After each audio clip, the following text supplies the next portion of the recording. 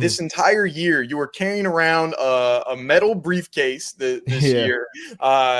What made you want to do that? Was that something that it like what was the plan? How and how did you want to tell that story leading up to Yeah. Exodia being in the being in there? There was a lot of different plans for it. It started as a podcast on my YouTube channel. For those of you who don't know, Noah Lyles YouTube channel. It's pretty popular. We're gaining some traction. We got some good videos. We'll teach you how to run fast and all that good stuff. But I did a podcast with Chase Ely, and she was like, "Oh my gosh, you got to do, you got to bring out Exodia at the Olympic trials." I said, "I'll bring out Exodia at the Olympic trials if you pull out the Rock Lee weight drop." And we both, lived up to our bargains. She did the Rock Lee weight drop right before he goes off on Gara during the tuning exams, and I pulled out Exodia. But as we were getting closer and closer, my man Jack, that's my videographer. He's the guy who does all my YouTube stuff. He's like, we got to make this more of a moment. We got to, really get people into this. I'm just like, okay, well, what did you have in mind? He's like, what if you just like, Travis Scott style, carrying around the briefcase everywhere you go? I'm like, I like that. I like that a lot. And it was, so I just went on Amazon, bought the briefcase, and we just started popping up at different track meets with it. And exactly what we thought was going to happen happened. Why is you carrying around a briefcase? What's going on? Like, why is this supposed to be important? All of a sudden, people just had curiosity. You don't got to say anything. Just curiosity. And because of the curiosity and answers aren't are not, coming, people just start asking more and more questions. So eventually it was time, and we were kind of in a mixed bag because we were supposed to reveal something else with the Exodia. Unfortunately, because of higher powers, we were not allowed to reveal it at that time. So it got pushed back. But I still wanted to reveal Exodia because this is for the Olympic trials. So it was like, all right, let's, unveil the uniform of the day and then reveal Exodia. And the day before we were going to do it, so this is the first round of the 100, I met Snoop Dogg. We're talking, having a great guy, amazing guy, super humble, super just chill, relaxed personality. And Spearman's like, yo, you should ask him to do the walk-in. So I asked him to do the walk-in. He was like, yeah. I'm like, oh, that's a bet. So then I get back to the room. I'm talking to Jack. He's like, you should ask him to carry the briefcase. And I was like, that's why I keep you around, Jack. you got the $1 million ideas. And Snoop Dogg was like, yeah, I'll do whatever you want.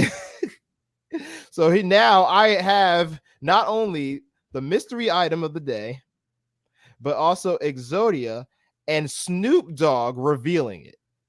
You couldn't have asked for anything better at that point. It was a very well put together moment that somewhat was planned, but at the same time, you had to roll with the punches. There you go. So were those cards, did you already have those, or did you have to go through and get some new ones? Because I know you don't want to crease those things. So I don't know. No, I had to go on eBay probably like 3 months before and buy them to make sure that I had them. But yeah, they weren't. I actually wasn't allowed to play Yu-Gi-Oh, and I didn't start watching it until I got to like 12 to 13. So yeah, unfortunately I didn't have a set deck of myself for my own self interest, but yeah, I went on eBay, got quite a few cards just to have on hand that everybody would recognize. And since then I've had a ton of people reach out saying that they'd let me borrow from their rare collection. I even had Konami reach out to me asking about my interests. So that was it blew up more than I thought it would. Maybe Noah Lyles Yu-Gi-Oh card maybe coming soon. Who knows? You never know. You never know. I got to know. You had the giant arm, like the card deck holder. You brought it out. I had the dual disc. Yeah, the dual disc. I had one of those as a kid. I was so happy. Yeah. Did you is that a carry-on item? Is that a packing item? How did you get this? We bought it the day before the finals of the 200. Facebook Marketplace. I'm telling you, Jack Nelson, man. This man went on Facebook. He's like, bruh, I don't know what this is, but what you described is somebody selling it for like $130 right now. I was like, we can go buy it tomorrow, have it before the finals at night. I was like, bet. So we went out, bought it. And, Jack's like, yo, we need this like right now. He's like, oh, okay. He's like, yeah, this is going to be on TV. And the guy was just like, oh, okay. Like he doesn't know that his dual disc is about to be the most popular thing in America right now. But, we got it. We taped it up. We got everything ready and set. And then it was, again, just one of those roll with the punches type thing. It just all came together real well. And I kid you not, I wore probably like 6 different outfits to USA's. That outfit with that dual disc has been posted on more fashion channels than any other outfit I've ever worn.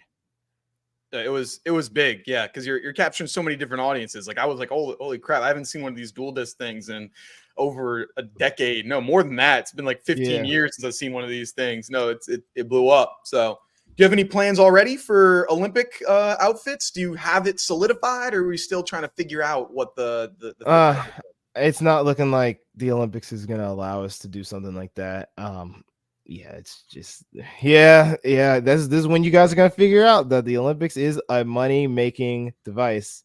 Only people who don't get in on the pot is the athletes.